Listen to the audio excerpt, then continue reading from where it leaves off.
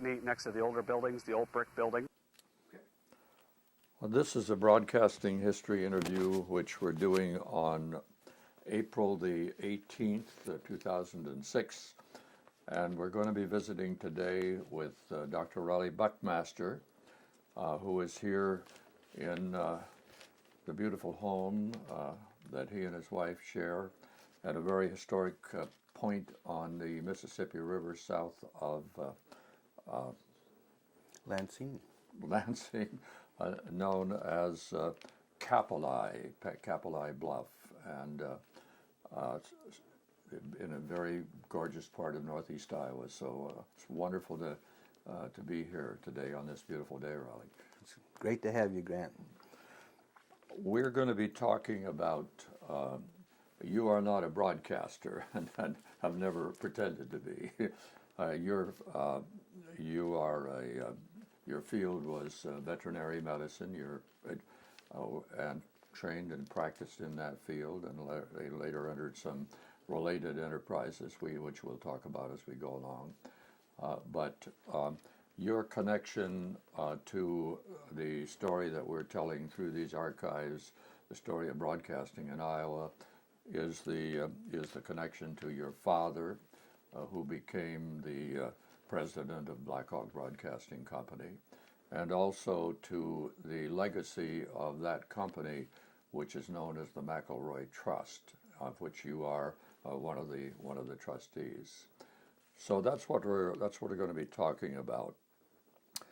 And I'd like to begin then telling you tell us a little bit about yourself. You were in the Marines, I know, as a young man, and then went to Iowa State University, and is that where you got your veterinary training?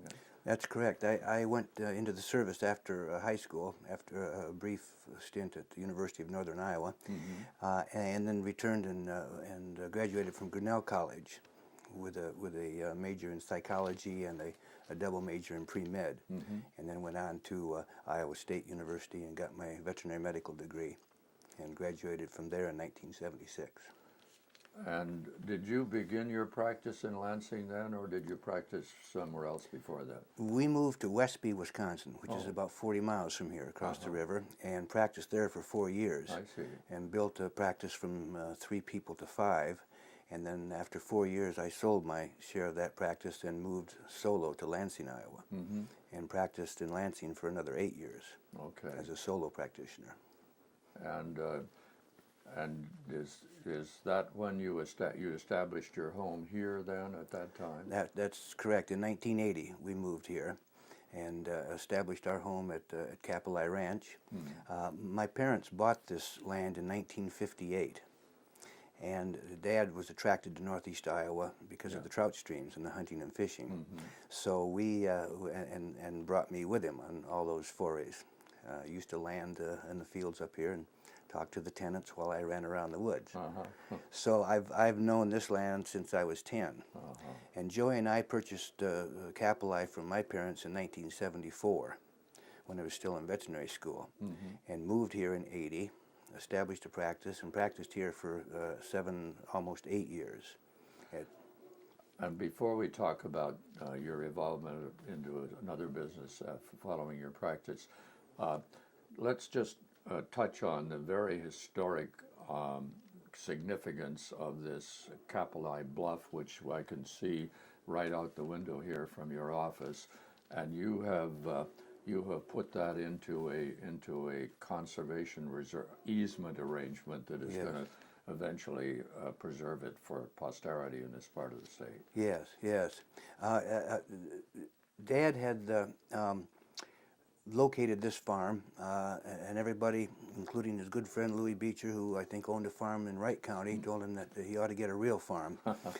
But this farm is typically full of rocks, woods, and rattlesnakes, and of course that was Dad's short crop. Sure. And no commodities offered. And Dad just loved this farm. He would. Came and established a nationally known limousine herd here, so we purchased the farm. We were married in Capelli Valley, Joey and I, in 1970, And from the moment she saw the place, and she loved it as well. And of course, I had been coming up here since I was 10. So this farm and this particular area is very unique in that the bluff is an historic landmark. It was a landmark for early river navigators, and there's a mound group, a Kapolei effigy mound group on the farm. Okay. And ever since we've had that, and while Dad had it, Those are the mound building Indians, I guess. the mound builders, 1400 to 400 A.D. Right. They built these mounds, and really from the time that we lived here, we have understood the significance, at least the significance to us, Right. and the importance of this area, and so. Recently, we put a conservation easement on portions of the most sensitive parts of the farm. Which are the part of it, the bluff that is most visible as you are navigating the river, I would assume. I've never seen it from that angle. That's correct. Yeah. That's correct. And we put an easement on the effigy mounds as well. That's correct. Well, again, I just think it's so important that that you have done that, and I'm pleased to know that you have. So you when you came out of your veterinary practice, you got into a pretty unique agricultural business. It's no longer limousine cattle. It's deer, fallow deer. European fallow deer. Interesting business, I would guess. It was very interesting. My father-in-law sent me an AP article that he had seen, and Joey and I spent really our whole adult life circling in on Kapolei. Our first job wasn't here, but it was close, and we spent all our weekends here. And when we finally were able to move here, and I was able to practice and provide a living, as a solo veterinarian, I was very busy, so I was living here, but I wasn't experiencing the farm. And when the idea of farming deer came along, we started researching that. And because of my background as a veterinarian, and because I've hunted and fished from the time I was 6, and my father taught me everything that he knew about the outdoors. And he knew a lot. And he knew a lot, and he taught me a lot, and the appreciation for what that was about. I assimilated the information very quickly on deer farming. So this was an opportunity for us to live on the farm, create something on the farm, which is really what we've always wanted to do. And so we developed a deer farming business. And my wife and I, we did that for 17 years. Joey marketed the venison nationally, and I became president of the National Association and got involved with the U.S. Animal Health Association, and was involved. In fact, one of my claims to fame in that business was I helped write with 4 other state veterinarians at the time the national interstate regulations for cervidae. I see. Which made it into the congressional record. So I was involved with it at the national level and able to farm here. Yeah. And essentially what you were doing was developing a commercial way of marketing deer, animals that were being sort of nurtured on this property then. That's correct. We did a lot of different, we did a lot of, there's a lot of involved in a process like that because of the nature of the new industry. We were vertically integrated. We raised breeding stock, and we imported semen from New Zealand and synchronized and artificially inseminated our fallow deer and developed an extremely good bloodline of deer. And we marketed the venison, developed slaughter techniques, and marketed our own company for several years. And then took that to several other producers and started a company called Venison America, at which point we incorporated about 10 producers in a 3-state area. We slaughtered in 3 different slaughterhouses, and we had a truly national distribution of venison. Well, that's quite a chapter. It was very exciting in your experience, but I'm sure you had a great time doing that. We had a great time, and we were able to provide for our family during that time, and do what we've always wanted to do, and that was live at Kapolei. Right. Well, Robert Buckmaster, your father, was a man of multiple accomplishments, I think would be a general way of saying it. His primary field was law originally, and as we'll talk about, he evolved into, because he probably never would have gotten into it consciously, to be a broadcasting television executive. But he was so much broader in that in his whole field of expertise. Hunting and fishing was one of them, fishing particularly, fly fishing. A great commitment to environmental conservation, and also had a huge role in this this Iowa Heritage Foundation, which is a private organization that fosters that sort of thing. So where do we start, I guess, is it? But I guess I'd like to start back at Dunkerton, and which was your the family home. That's Yes. And your grandfather was the family doctor there in Dunkerton. Yes, he was a horse and buggy doctor, and later a Model T doctor, yeah. A country physician, and as near as I can remember, grew up in, I mean, he moved to Dunkerton early on and lived there his entire life. Mm-hmm. And he was, again, a person with some rather determined and unique characteristics. And your dad used to like to tell stories about him. And you did not know him personally, and he died when you were a relatively young child. Yes, he died when I was 5, and as we've discussed, I remember him really just giving me vaccinations, and then but about the only recollections I have of Doc were stories that Dad had told, and he told usually the same ones, and there was 4 or 5 describing him as a character and rough cob. Well, we might just, why don't you, maybe, what's your favorite story that your dad used to tell? And again, I'll be, again, not impertinent about it, but this is what your dad referred to him as Old Doc. And I think, Old Doc. Well, probably my favorite stories I can't retell, but I say that jokingly. of course. Doc was very high-powered man and very determined. He, I know, was one of the great bird dog trainers in the area. His bird dogs were trained better than most children, and so Dad learned an appreciation, I think, from that part of his life from his grandpa or from his father. Doc was a country physician, and so he was called out at all times of the day and night. I went to visit the Amish in the area.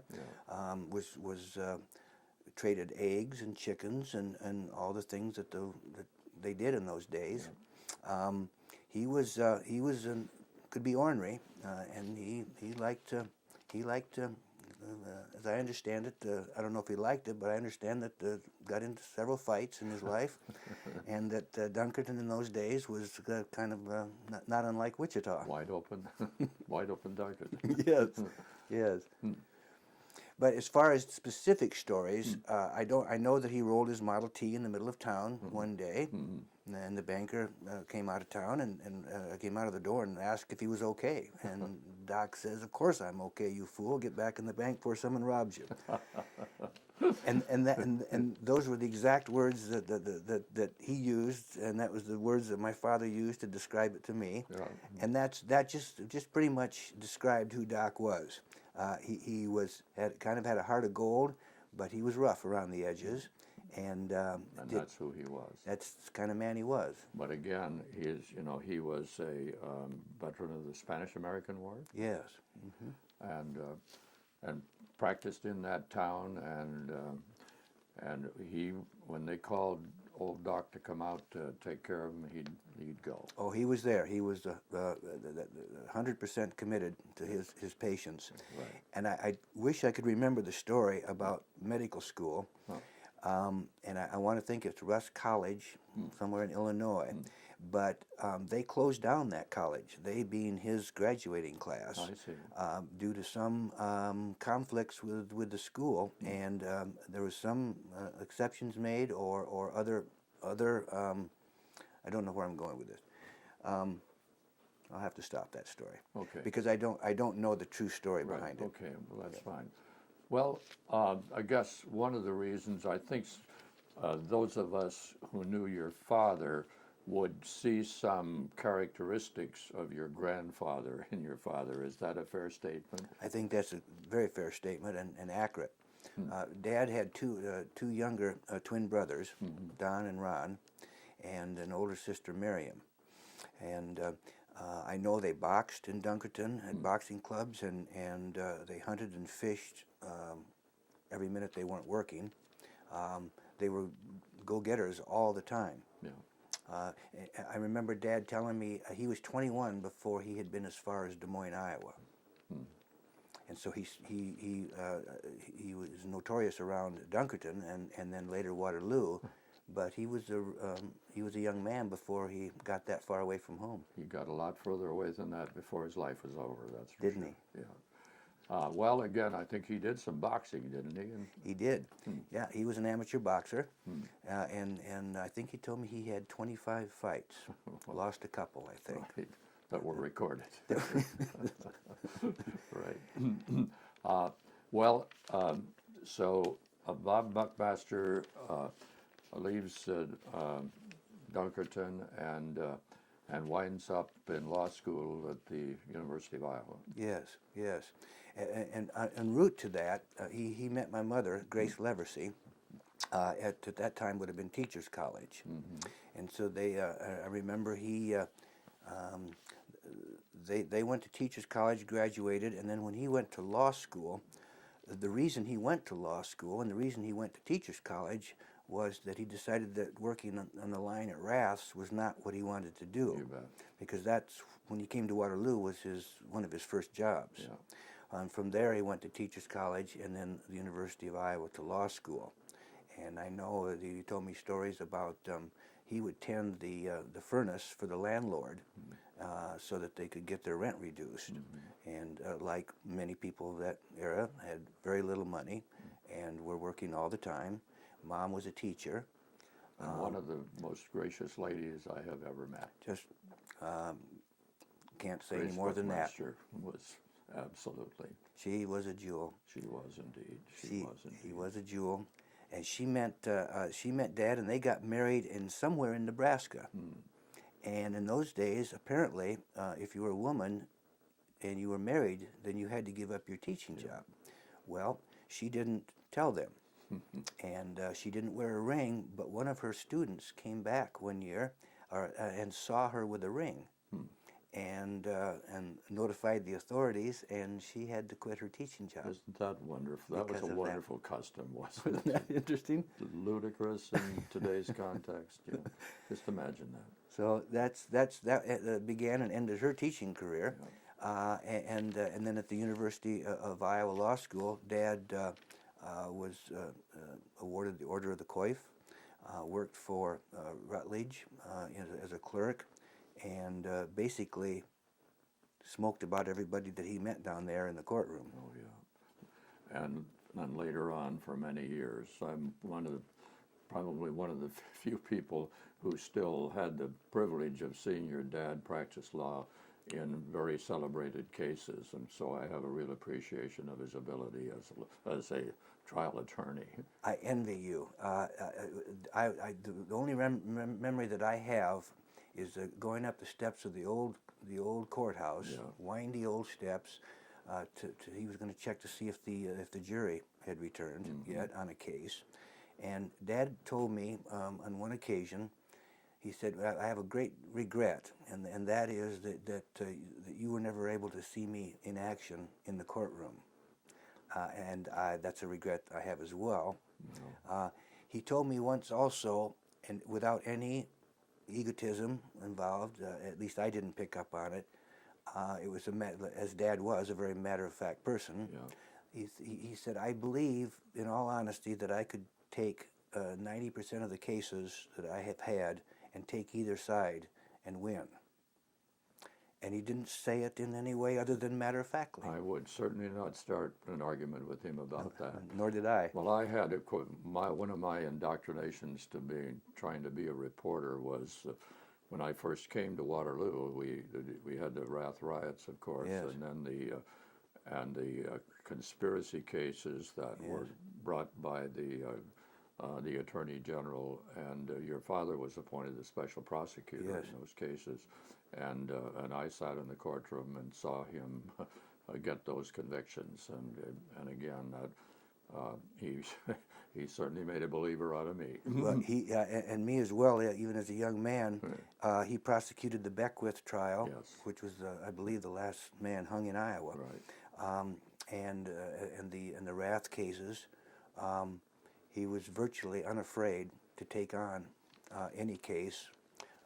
Terrified mother, when they lived on Derbyshire Road, they'd get calls in the night. Buckmaster, we're going to kill you if you don't get off this case, and all these threats, and it just drove Mother wild. Of course.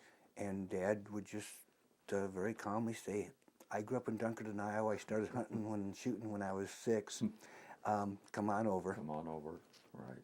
And that was that. Well, of course, that's where you probably, if you had the privilege of having seen him in the courtroom, you understood, you had some sense of his mind, which was incredible.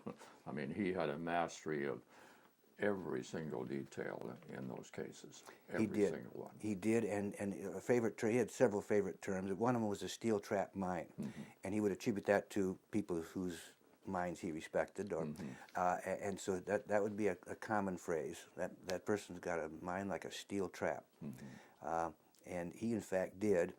And other attorneys, I was privileged to grow up with men who influenced my life tremendously. My father, Blair Wood, Dennis Damsgaard, Louis Beecher, McElroy. And I knew these men as a young man, and so I would hear them talk about each other. And I think Dad probably had as good an eye and ear for juries as anybody has. I'm sure he did, because he was taking in every detail and he was so good at what he did that he'd be able to apply it in a very effective way. Yes. It's interesting because he was not a detail man in many other areas of his life. Yeah. In fact, a large thinker and a generalist in many ways, and even sloppy in some ways, letting details go by. Yet in this area of his life, this is just, I mean, let me take care of the big picture here, take care of the details. Yeah, right. Except in the courtroom, where he was, in that element, he was absolutely on cue. Absolutely. Well, again, there are so many dimensions, but again, you've talked about the wonderful feeling that you have for this piece of land and this historic feature on the Mississippi that's important to you, but that the use of natural resources was another area where he developed great expertise and cared deeply about. He did, and he taught me the essence of conservation as I think about it today, and he started in Crane Creek in Dunkerton, growing up and understanding what clean water meant and what was happening in that regard. And later, he had a cabin up in the Red Cedar River. He and Mom would go up there, and he was an avid smallmouth bass fisherman. So he'd fly up there almost every weekend, and before he had the plane, we'd drive up. We'd drive up Friday nights after work, after law at 5 o'clock, 5-hour drive, and Sunday night we'd drive back, and in between we would fish literally every hour in between that. But when he started flying, he started noticing the landforms and the stream forms, and it started dawning on him, and he started to understand what later became point pollution, and all of these things he noticed simply by traveling over or through the countryside. And like the kind of guy he was, if there was an issue there and he felt strongly about it, he addressed it. And he did something about it by he initiated a conversation, and he was a pretty well-known Republican, but the fact that Harold Hughes was a Democrat was irrelevant as far as this is concerned, and he approached Hughes about the necessity of doing something about cleaning up these waters in Iowa. That's correct. He really liked Harold Hughes and vice versa. They both spoke about the same way privately. He simply went down to Des Moines and got a conference with the governor and said, we have an issue here that I think is important to address. And the governor agreed and said, why don't you do it? And that was the beginning of the Water Pollution Control Commission. Right. The predecessor of the Iowa Department of Natural Resources. Exactly. Yeah, and the EPA, there was issues with the Department of Health, and there were bureaucratic issues as to why certain issues in the state weren't being addressed. And that's what he was really good at, is finding a central issue, finding the most important point in a complex issue, and starting with that. Again, he was very, his macro sense of things was probably his greatest strength, but he had the capability of handling minutia when it was necessary. He did. He was able to dilute down to the central points of an issue and address those. And that would also apply to his avocations. My understanding is that he became the one of the most accomplished fly fishermen in the world, and he tied flies, didn't he? Yes, he was an avid fly fisherman. And the word that we all use now is world class, and he was in fact a world class fly fisherman. He started out on Crane Creek in Dunkerton with a Herter's handmade bamboo fly rod for $14, and as he grew and could afford to travel, and as he got more experienced in that field, he traveled all over the world. Took me many different incredible places. We fished for tarpon in Nicaragua when the rebels were in the villages. We went up the San Juan River in dugout canoes with 60-horse motors and sharks in the water. We went to the Panoy River on the Kola Peninsula in Russia in an Aeroflot helicopter, where you wouldn't catch yourself dead doing it again, but we did. And he fished Newfoundland and Labrador, fished for steelhead, fished Alaska, caught at that point time the second largest blue marlin in the world on a light gear, not because he was after the world's largest marlin, he was out fishing. That's what he was doing. Yeah. Right, exactly. Well, there are so many dimensions of his life but I really appreciate your saying, again, you're relating to them through this very personal relationship with father and son.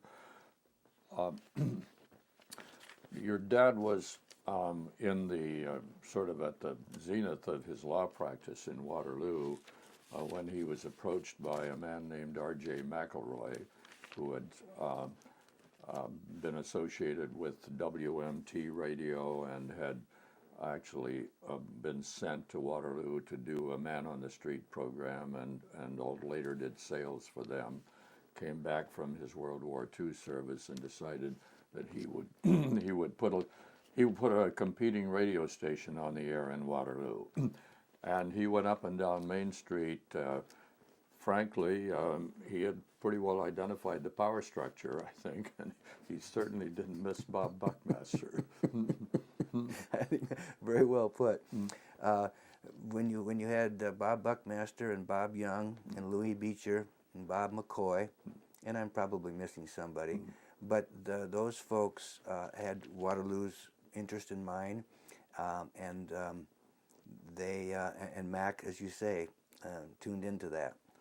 And he got them to invest in a company that he capitalized at $45,000 to put that radio station KWWL on the air in 1947. Yes. And Bob, your father then, I don't know at what point he went on the board of directors. Was it fairly early on? I believe fairly early. He was the secretary Okay. of the board, and Tom Turnell, Dr. Tom Turnell, was the treasurer. Mac was president, and I don't know who was vice president. I know Don Graham and Louis Beecher were early trustees. Bob Young. But he was on, I think, very close to at To the the original, beginning. he may very well have been on the original board. I believe he was. Yeah, right. So he was in on the ground floor of the establishment of that company, which was incorporated as Blackhawk Broadcasting Company. That's correct. But the property the company owned was that little radio station, KWWL. That's right. Which was in the shadow of the great Joe Dumond and his 50,000 watt radio station KXEL, Yes. which Joe sort of regarded Mac as a sort of a gnat, not even a fly on the wall. This pest. Little pest. Except when it got to television, and Joe had made some pretty serious assumptions about his political clout at the FCC, which were probably valid if they had carried through with them, except that McElroy, with I'm sure the shrewd advice of Mr. Buckmaster and probably Mr. Beecher, got the idea that they would go around that and take this contest for the Channel 7 license into federal court. Yes, and I don't know a great deal about that, other than I know what They were, they were in violation of every FCC rule. They shouldn't have built that building with a television studio. They shouldn't have had a tower. Yes. They shouldn't have gone around saying that KWWL was holding up television in Waterloo. Yes. And implying secondary boycott would be a good idea. So the lawsuit resulted in a settlement in which Blackhawk Broadcasting wound up as the licensee for Channel 7. Yes. Put Channel 7 on the air in Joe Dumond's building using equipment that Joe had ordered for Channel 7. You can't make much more of a clean sweep than that. I know you weren't, I mean, I know that story so well. But the point is that now this new communication behemoth, television, is in its infancy, and R.J. McElroy is in charge. Yes. And he's managing it, and he was a great builder, but he wasn't. He didn't have the connections, for one thing, to do a number of the things that had to be done. But I'd like to go back. You knew Mac. You knew him as a probably not in a business way, but pretty much as a human being. Yes, I did. I was born in 1947. That's when they got the license. That's when Dad was mayor of Waterloo. Yeah. And so after he served out the term of mayor, after the former mayor died, as I understand it, at the city council meeting, then he decided that he would not pursue a political career. Right. So I knew Mac from about 1953 on, and the way I knew Mac best was that Dad was of course an avid hunter and fisherman, and Mac was too. So Dad and Mac spent most of their free time hunting and fishing together. And when I say together, Mac was not near as dedicated, nor was he able physically to do what Dad used to do. Right. But Dad, nor were many people. No, that's No, right. keeping up with him was difficult. But I would hunt with Mac up here with deer hunting, and he was an avid pheasant hunter. But probably where I knew him the best was the long floats on the Red Cedar River, fishing for smallmouth bass. I see. And we'd get up in the morning and put the boat in, and put in pop for me and beer for the guys and some sandwiches, and we'd take out at 9 o'clock at night. And all day long, there'd be two of you, and so sometimes Mac and I would go together, and Dad had taught me to row a boat better than most compadres by the time I was 10. And so Dad would take somebody else, and there'd be the four of us, or if there was the three of us, all three of us would go on the boat. But many times I would go down the river with Mac alone. So as a 10-year-old lad going down with Mac, you cover a lot of different territory. Yeah. And Mac was, the only story that I can remember specifically about Mac was a stern warning that he gave me. I was being a 10-year-old, and he just stopped me right in my drawers. Just said, "Don't act like that anymore." and he just barked at me. I won't have it. And I thought, my word, this man's talking to me, and this isn't my dad talking. This is somebody else telling me to mind. And he wasn't afraid to do it. I didn't take it personally. I didn't get mad at him about it. But I do remember Mac was emphatic when I was acting in a way that he didn't approve of. Right. And so we had a great time hunting and fishing together. But as I say, he was not able to either in terms of interest or physical makeup to do what many of the rest of us were doing. Right. But it was a side of him that probably is very little known, that he had a genuine, and obviously if he was willing to share the boat with the 10-year-old Raleigh Buckmaster, he was pretty committed to fishing. Absolutely. He really enjoyed it. And it was at that time and today, hunting and fishing is a bonding activity for people. Mac was a true lover of nature. Yeah. And so just being out and away from everything else, and getting on a river and getting away from everything, was a real relief for him. Well, the side of Mac that you didn't have any direct connection with was, as this, again, just as background, Mac came out of a very deprived childhood. Alcoholic father, left home when he was, before he had entered high school, did not have any education beyond that.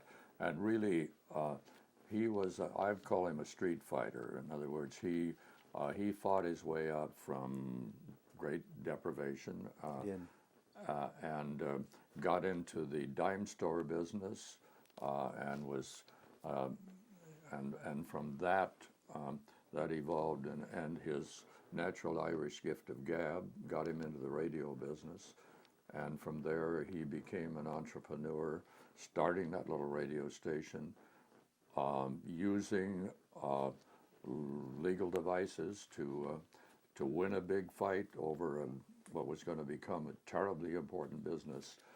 And then he's sitting trying to manage this television station, which is a lot different than a small radio station. It's interesting why a man of his upbringing would develop a community spirit and be able to access and identify people who could help him in that endeavor. And Mac was very community minded, without all the pizzazz. I remember the conversations that we would have together when Mom and Dad would be visiting Mac and Betty, and Louie and Gert Beecher would come over, and they would talk about the future of Waterloo. They'd talk about all these different things.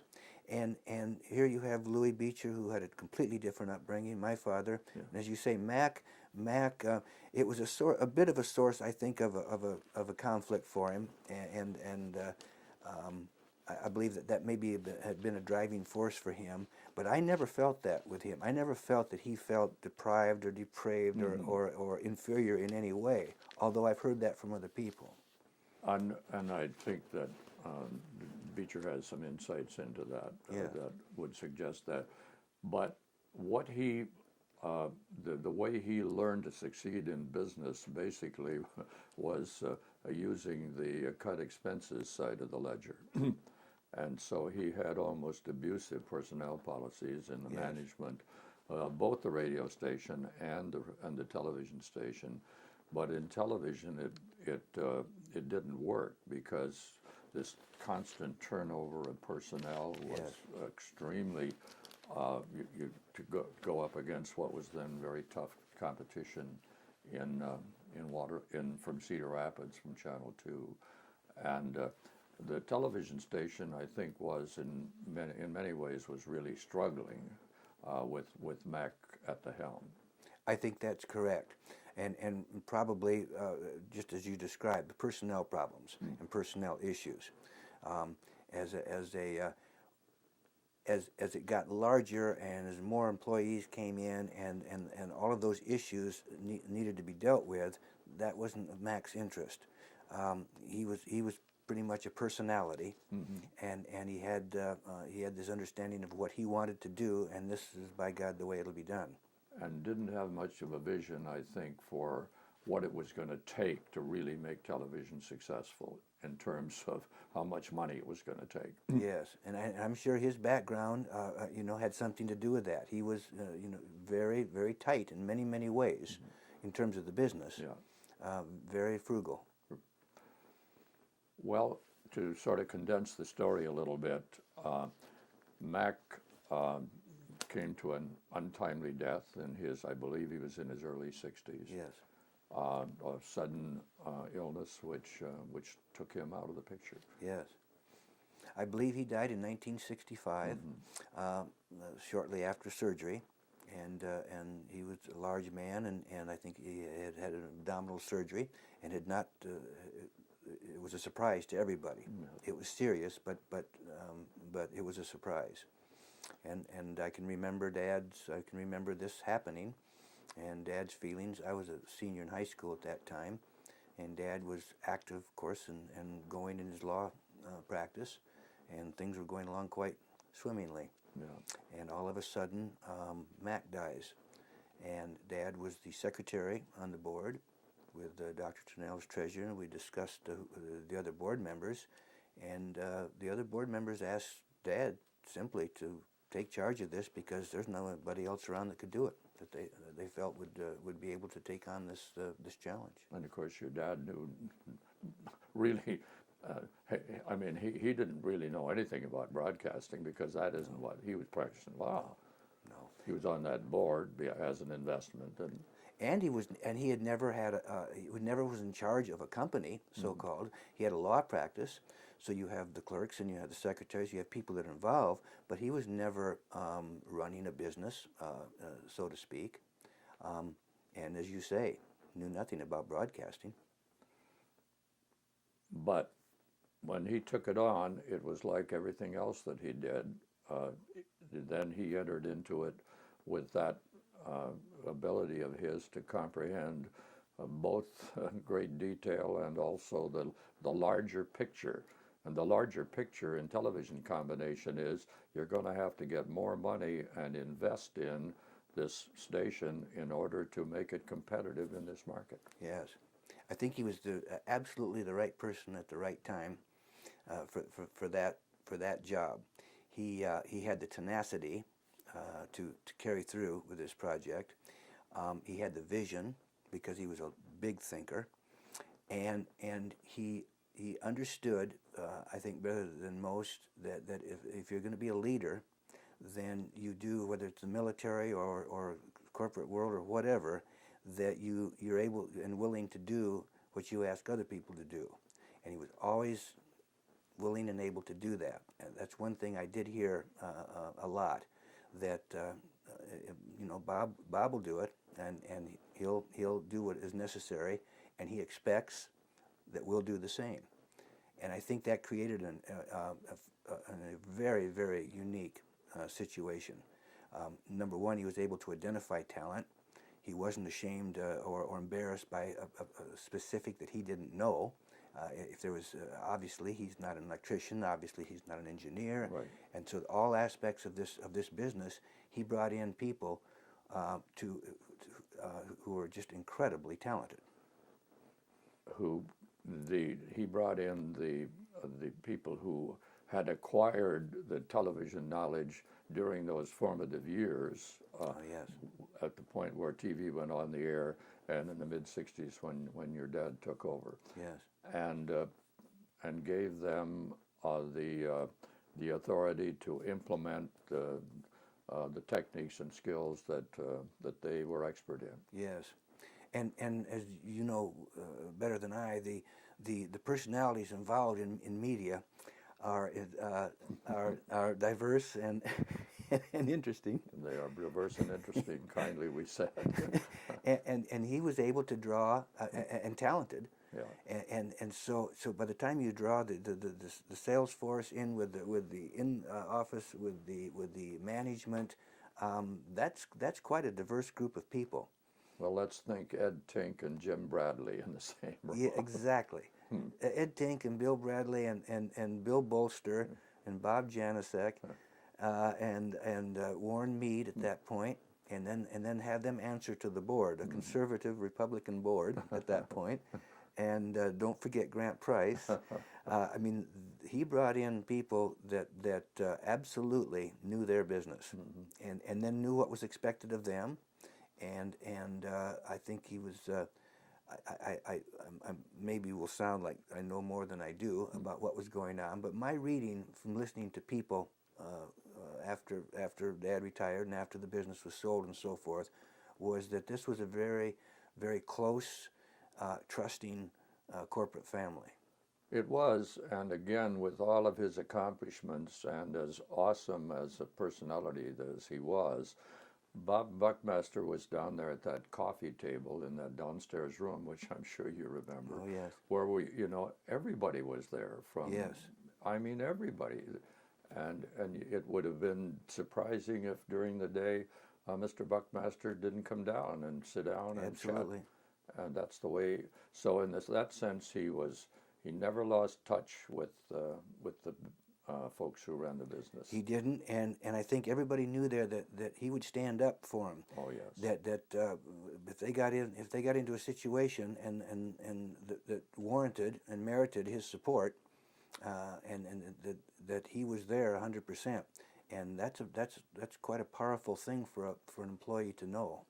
Well, it was terribly important in the area that I worked in. He had in my experience with him, he had an absolute respect. I'm sure there were a lot of things that we did in the news department that gave him fits, but that was our bailiwick. We made the news judgments. And I think that the story that I remember about him is news is the essence of this station. And community service and news and other things will come and go, but this is our stability, and this is our bread and butter, and this is the important part of our business. I think that you really summed it up there, right? He understood that. Mac really didn't fully understand it, right. Even though he really kind of practiced it in radio. He started a really good radio news department, but I think the financing of television news just intimidated him. Yes. And your dad was able to look over the horizon and see, well, we got to do this. Yes. Matt gave me a tube once from one of those old RCA cameras. It was about that long. I remember, because it was burned out, and he gave it to me as a little kid. And he said that this cost $400 for this tube. Can't take care of it. It left an impression on me, and it must have with Mac as well. Yeah. Well, again, that was the battle that he was fighting. Yes. The other thing, in fairness to Mac, your dad had connections where he could probably he could go to that banker that your grandfather said, you better get back in your bank, and well, in this case, leverage some financing that maybe nobody else could have done. Well, and Dad had entered the business not as a newcomer. Obviously, he was a community leader at that point, and so that I think helped in that regard as well. It did.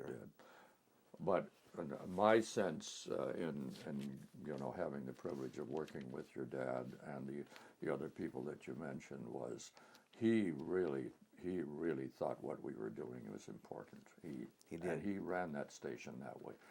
And that goes back again to his sense of community and what that communication medium meant to the community. I think that's absolutely right. And he recognized sometimes you don't tell it to people that are close to you, you hear it from other people, but but he really, really loved and respected the people he worked with, and would talk about them not in a condescending way or in any way other than genuine. Yeah. He really thought the people that worked with him, he felt privileged to be part of that. Yeah. And that there was nothing that was phony about that. Well, and you know, I know your dad had a great sense of pride, and one of the things I think instinctively he wanted to do was to be able to be proud of that television station. And this is not to demean radio, it's just that television became so much larger in Yes. terms of its influence and again its ability to produce profits. Yes. Right. Well, and his editorials that Oh, yeah. were I mean, they were jewels.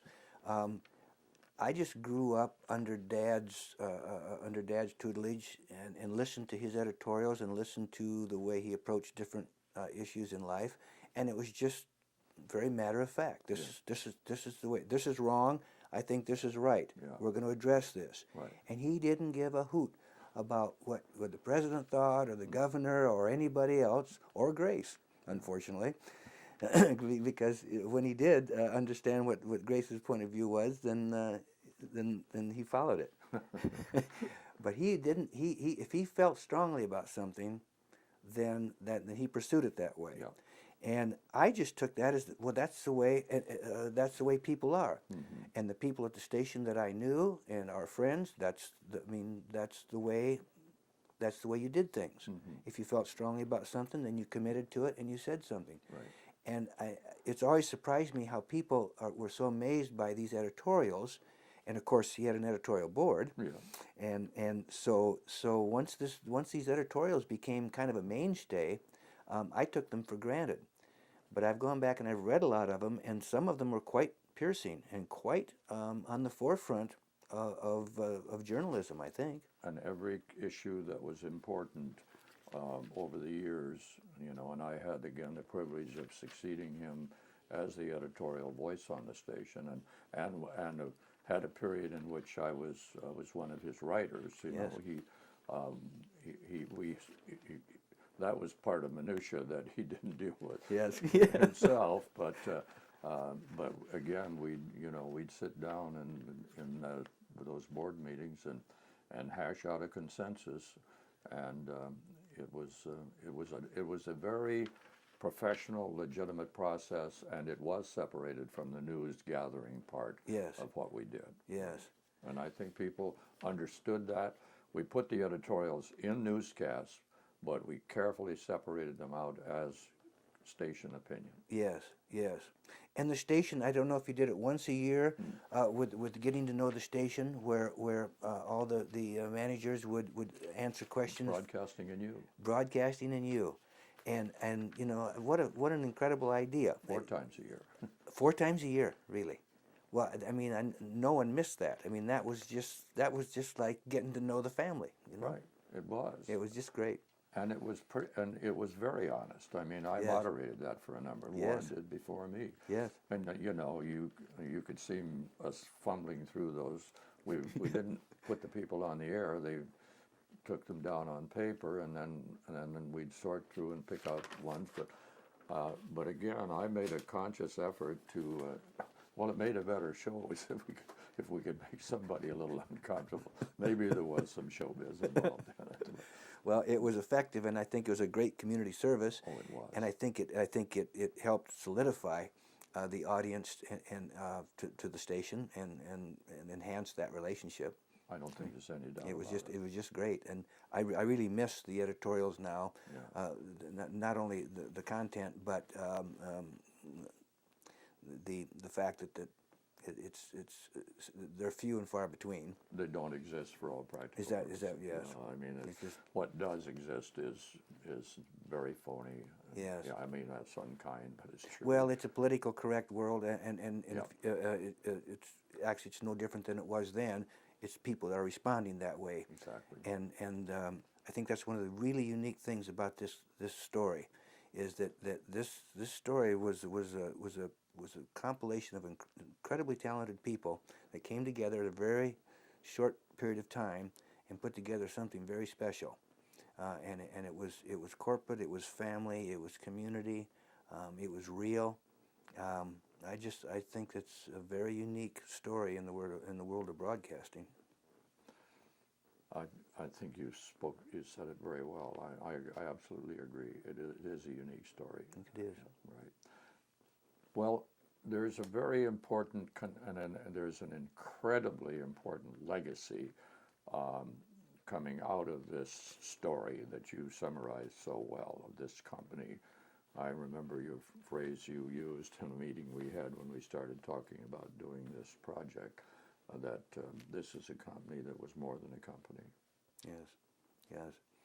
Well, the legacy that came of this, if you're speaking of the McElroy Trust, that started as a result of Dad and Mac's wish, actually, of realizing that when he's gone, what was he going to leave and to whom? And Dad wrote the trust document and wrote Mac's will. And in a nutshell, we use the word today, and it says it all, and that is deserving young people. Yeah. And that whole thing started really as a result of Mac's benevolence, which maybe people close to him didn't sense. Virtually no one knew about it. No. I'm convinced of that. Well, it's very interesting because his reputation in the community was as a penurious individual. Yeah, yes. Well, if you look at some of the letters that I've given to you and donations he made at that time and the sums of money relative to what he was earning and to the institutions to which he gave, he was very benevolent. And he was benevolent in the largest sense of the word, in community. Mm-hmm. And so he and Dad and Louis Beecher drafted and put together this whole concept of his estate. What do we do, and what do you want to do with your, at this point, meager estate? Right. And it was meager at that point. The original trust, as I remember it, had about $1,000, and it was distributed. A few $100s were distributed every year to needy high school students and to others, deserving young people in the area. Mm-hmm. And that was pretty much their business. Mm-hmm. A once-a-year distribution, 3 trustees, didn't take too much time. Right. And if we can kind of go back into the detail of that will, Mac didn't have a blood family, but he married relatively late, and he had a stepson, and so he had his widow and a stepson. And the will provided that the trustees would they would administer his estate, as you say, which was relatively modest at that early on. Yes. To take care of the family, but then the residue would go for the benefit of young people. That's correct. And the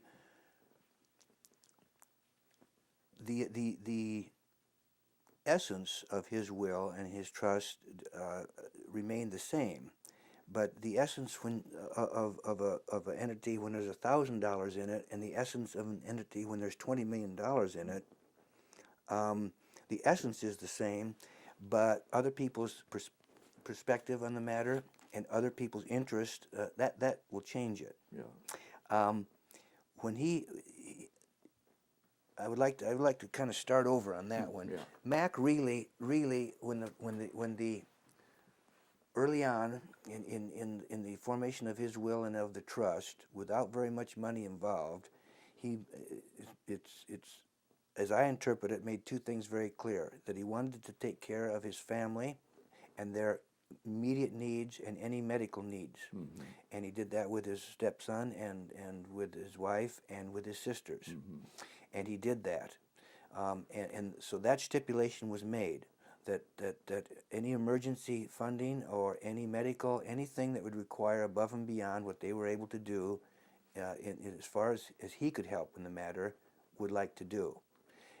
After that, the remainder of this money, he wanted to go into a trust for deserving young people. Yeah. And those 2 points, I think, are important, because when there's not much money to spread around, you do what you can do, and I think everybody was happy and hopeful and when the company was sold, and the amounts of money changed drastically, exponentially, then it became somewhat problematic.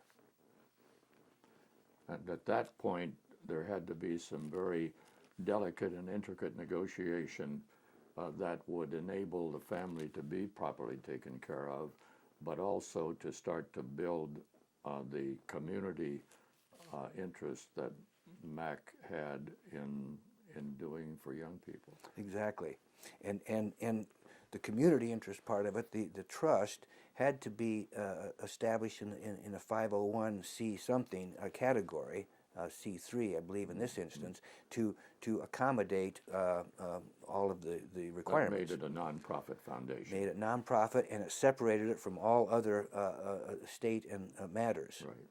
And so during that process, my dad and Louis Beecher, after Mac's death, negotiated with the family and helped the family and distributed money to the family and separated his will and his total estate, separated those entities so that the tax-exempt McElroy Trust was in fact independent. And that enabled that trust to grow to dimensions that it would never otherwise have achieved. That's true.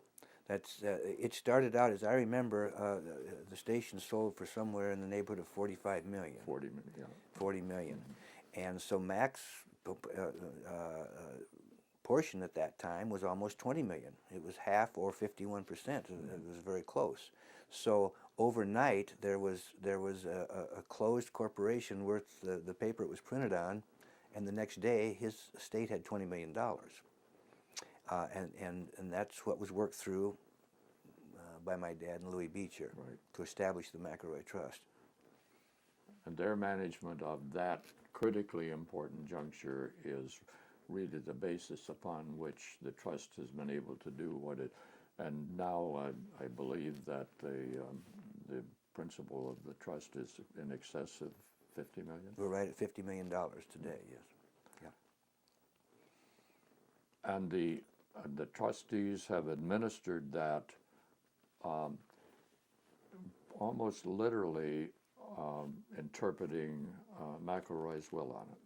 Yes, and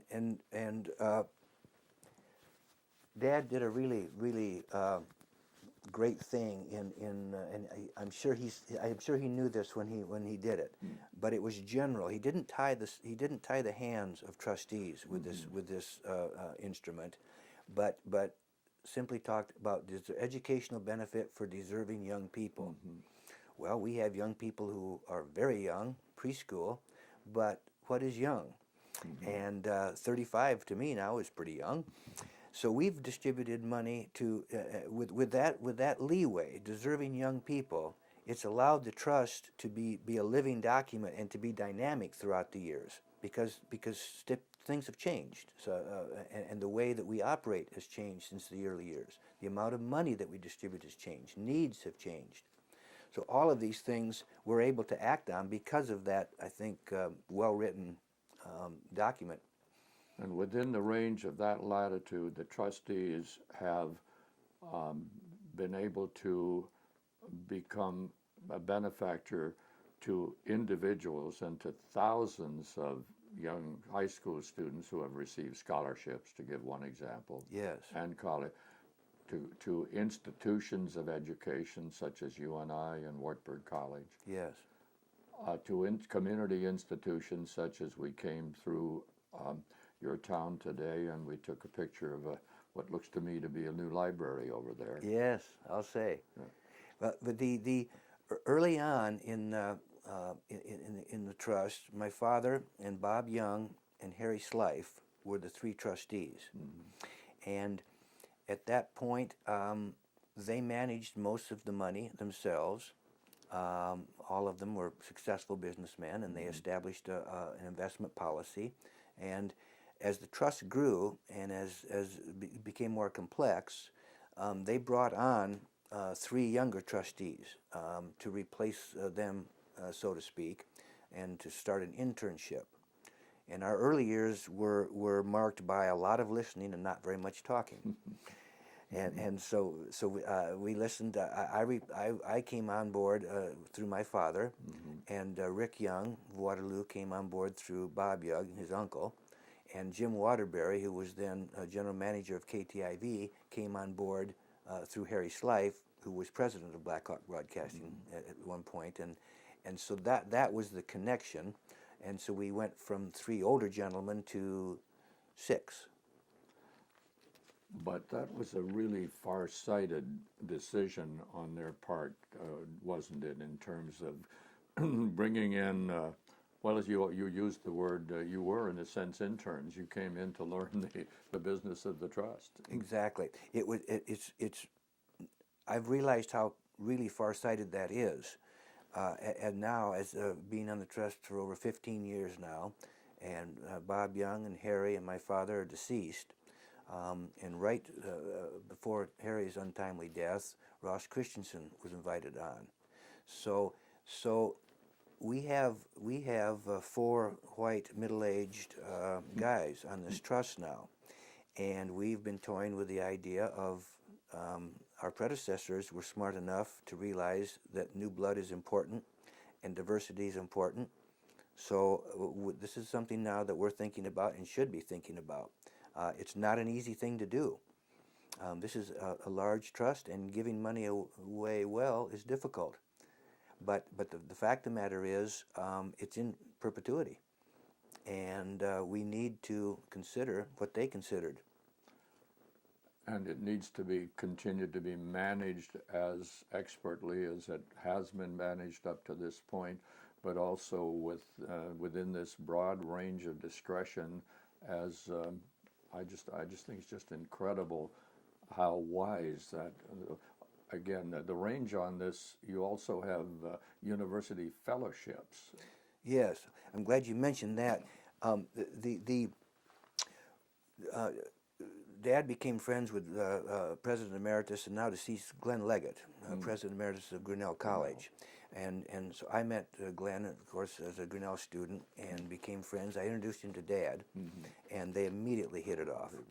I mean, just 2 gems. And so when we were looking for projects, we being the McElroy Trust are politically incorrect.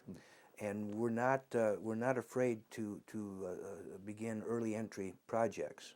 Some are no-brainers, some are easier than others, but some are quite creative, and most of them work, but some of them don't. But the fact of the matter is that we're the 3rd largest charitable trust in Iowa, and we meet I think more frequently than any of the other large trusts, and we have a broad array of programs started and a broad array of gifting.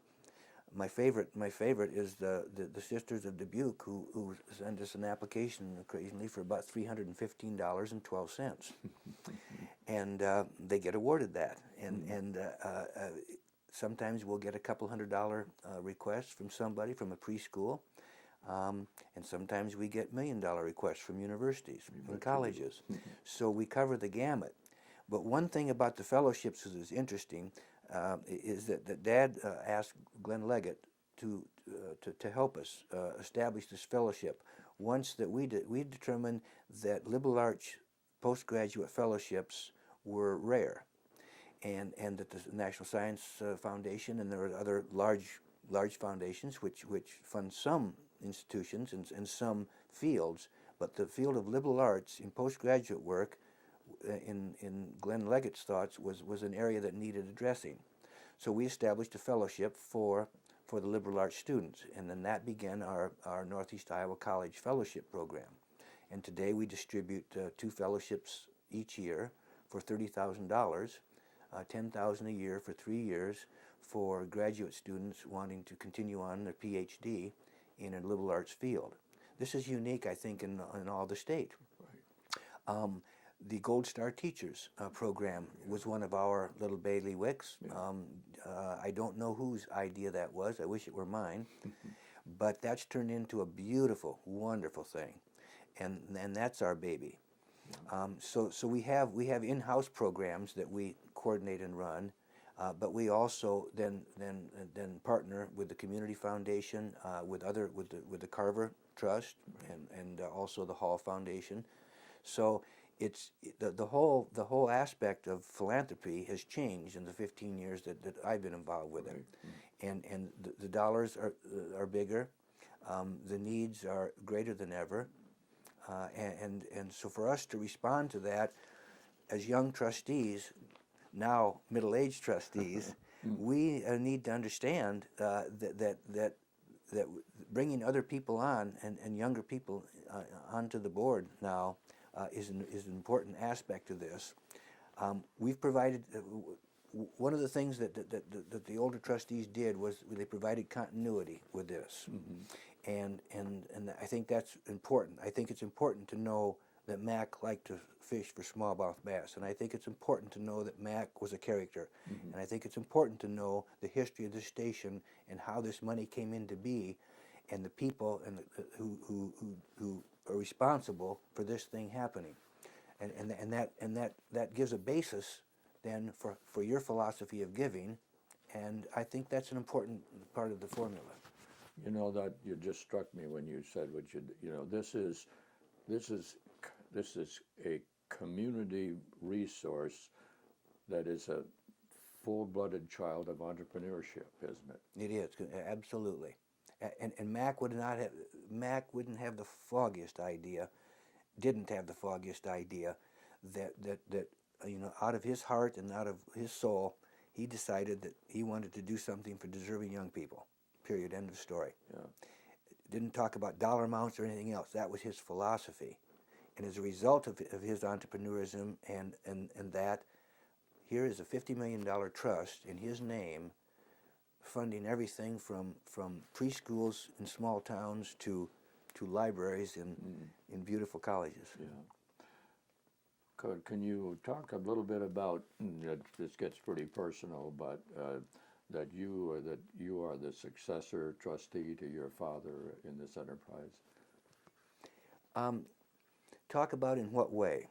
Help me a little with that, would you? What is that? I mean, is that, do you think consciously about it at all? I mean, probably not. Maybe not. I did. I thought about the family name earlier on, and as you become older, and you understand the contributions of your predecessors, both family and professionally, I think that whatever my father instilled in me in terms of values and ethics and how this trust will run were established early on.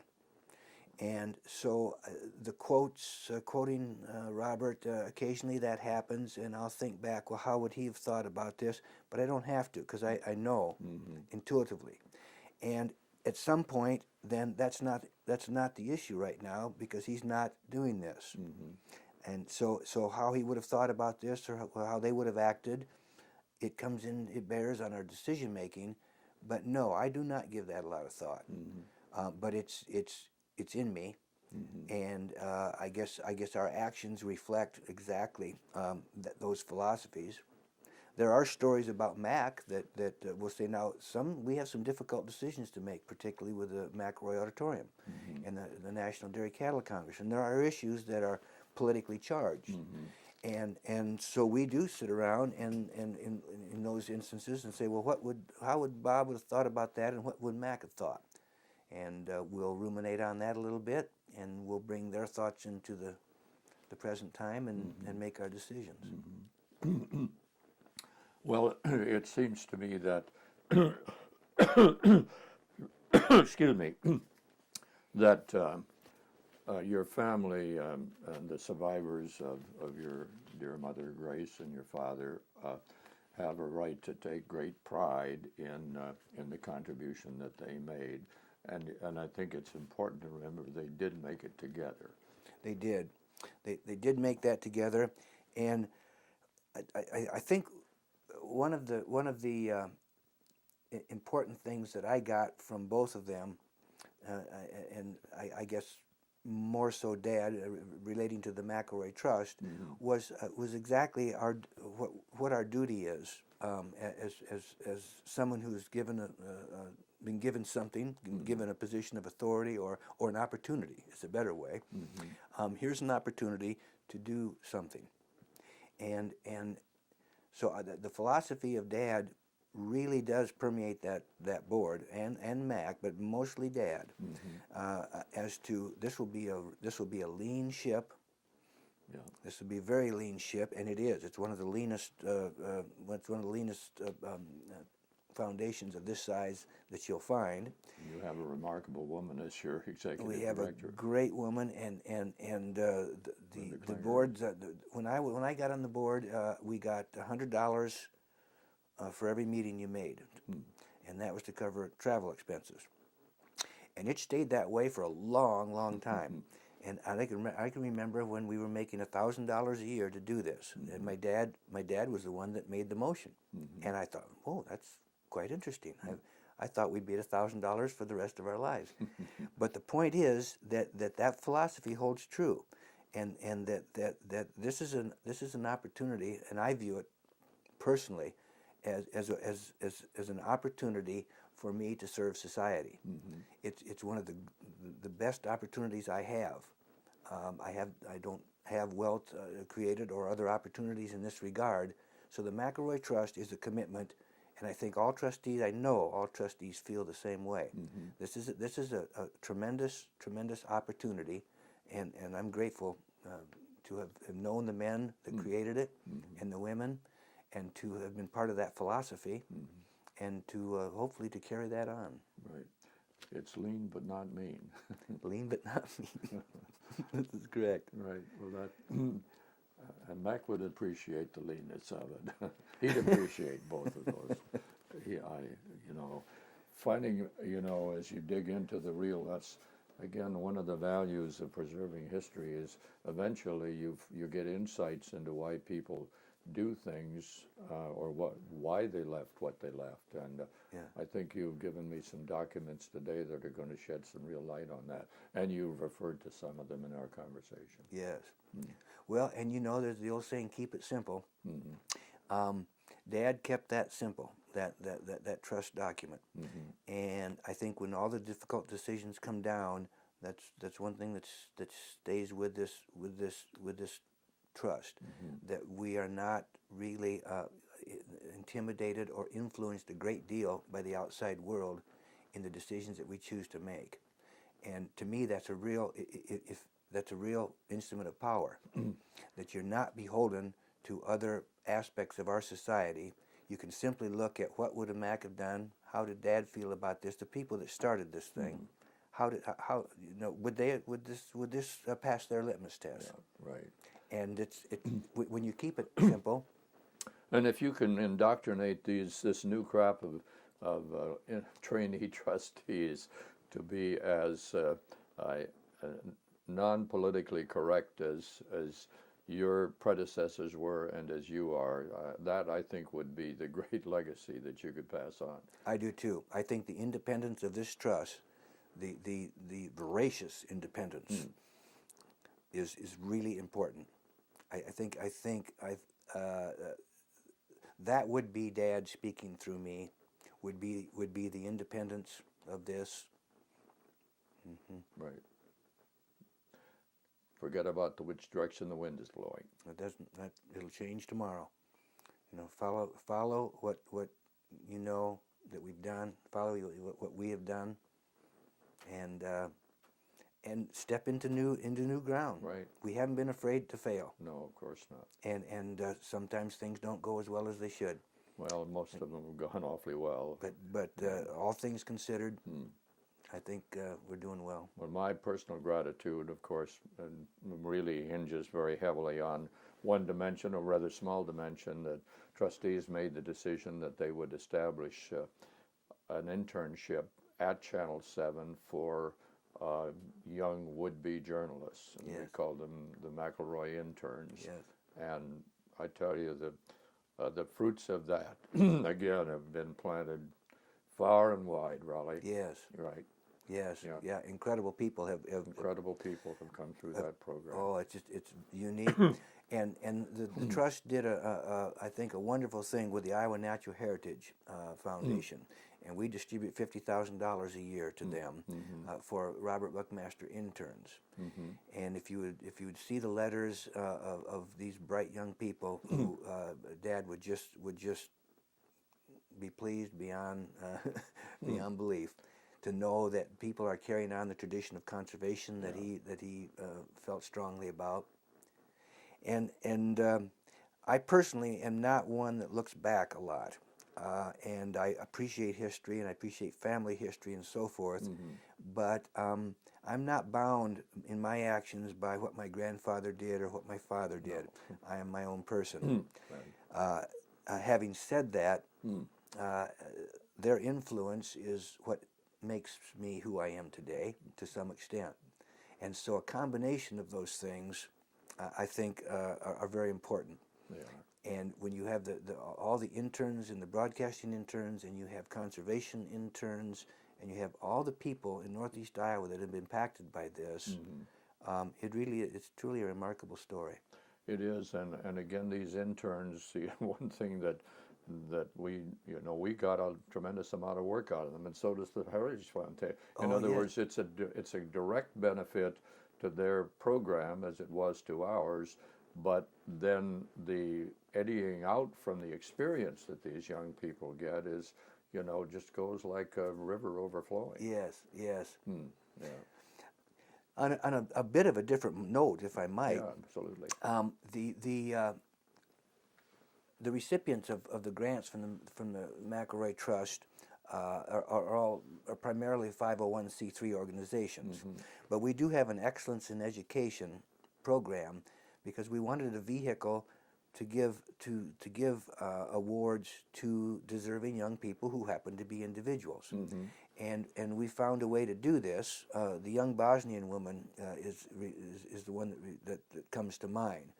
We've been able to identify and locate individuals who have had the chance to go to the Juilliard School of Music, to go to the State Department, exceptional, not so young individuals in their 30s, to be able to do extraordinary things. And I think that's the flexibility of the trust that is unique to this trust. Well, it's been a wonderful hour or so, that maybe a little more, that we've spent talking about this, Raleigh. I'm so grateful to you for sharing your insights into your father and into the trust and into this company. I think I'm very grateful for the opportunity to do this. You're very welcome, and I'm very grateful for you and your talents and initiative to get this project going. Thank you. This is a wonderful thing. I guess we're at a good place to stop.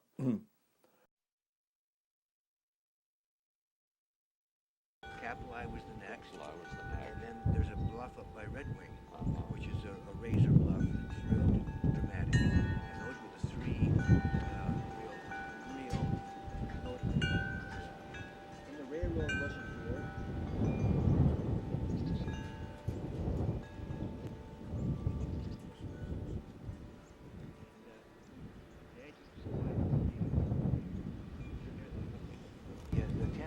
And all day long, and they do their business and talk about cattle.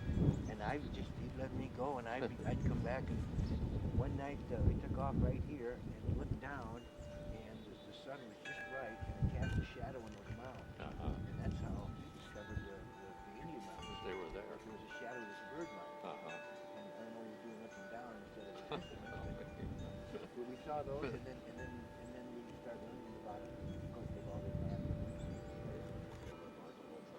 And this is New Album. You can see that's the Upper Iowa River right over Capitol. Okay. And you can see a little river valley up there. It's New Album. And so you're looking at Minnesota. Yep, comes in there, and main channel is right on this side. It's right here. The Army Corps of Engineers will guarantee 9 feet in the main channel. And I mean, that's about 3 miles wide there, 3.5 Yeah. miles wide, and the average depth is probably 4 feet Yeah. or 5. Yeah. But the channel along here is probably 300 yards wide, Uh-huh. and then that's where the wing dams scour the Right. channel and keep it open. So they'll guarantee the channel, and then it goes along Iowa. And the interesting thing is this is actually north right here. That's magnetic north, Well, it is. which you would never guess. No, I would have, okay, so that's north. That's north. The river here is going northwest, and we're right on the. It's winding around. Lansing is right over the birch tree. Yeah. And then this goes around, and it really doesn't head south until you get around the hump in Iowa. This is the hump, the top of the hump. Boy, I'm glad you told me that, because I would never have dreamed that it was. You assume north is this way. That's almost west. Well, yeah, that's almost west then. Yes, it's Yeah. almost west. It's right over the top of our last oak tree. It's north. This is north, right here. That's, We had, we woke up one morning after a wind shear. We had 5 of these large red oaks all through this open area here. One of them was right here and came out over the lawn, Yeah. and the house was all hidden within this oak, large, huge Oh, things. so you lost We lost 5 of them in one night.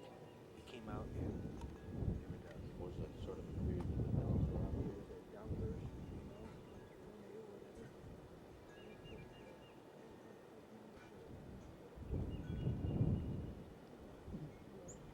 Well, let me step back here a little bit, Jeff, and maybe take at least one shot with Raleigh before you just do a clean pan from him over to Captain. Okay.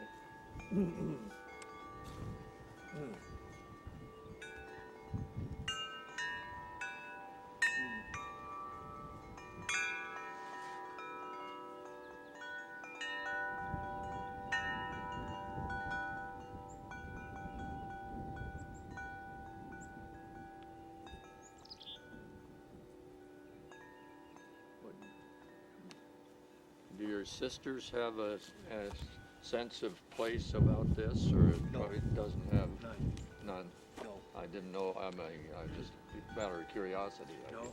My dad had one son who hunted and fished with him, Uh-huh. and 2 daughters who didn't hunt and fish. Right. Well, and of course. they didn't have much of a relationship outside. I mean, family. Yeah. But no, they didn't. They didn't have any reason to come here, and they never had any interest in. And it wouldn't have been a part of their experience as No, kids. no. Right. And by the time when he got this, they were. So it wasn't 58. So by that time they were getting ready. They were graduating from high school and Yeah. off in college, and so they love coming back here. Uh-huh. Well, sure, Now, of I bet course, they but, do. but no, they don't have an attachment to it. Uh-huh. No. Well, it's, And they didn't have an attachment to. Mom and Dad owned about 3,500 acres. The Yellow River was large, and he had several other farms and so forth, and that was about 3,000 more than Mom wanted. But my sisters were never attached. well, I'm glad you. And so my son. So they bonded to this place. They grew up here, and they just. How old are you? Drew, our oldest son, is 28, and Owen is 24, and our youngest son, Dow, is 22. Well, they're a lot younger than Oh, I'll tell you that the coup de grace so you must come back. Will you come back? Come back and visit me, will you? Sure. I want to take you down in the valley and to see Capitol when the wildflowers are coming out. It's absolutely. That's a native prairie. It's just.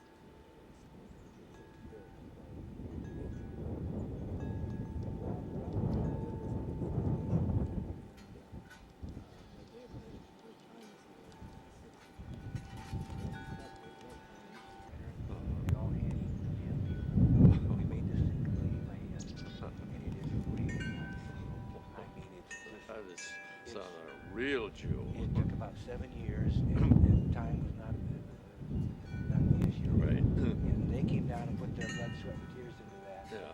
And that along with, of course, growing up here, but Well, I know, but that's going to be a real. that's their thing. That's going to be an anchor for their lives. It is. I mean, You when know they come it back is. to visit, we say hi, we all hug, and down they go. Down to the cabin. Well, again.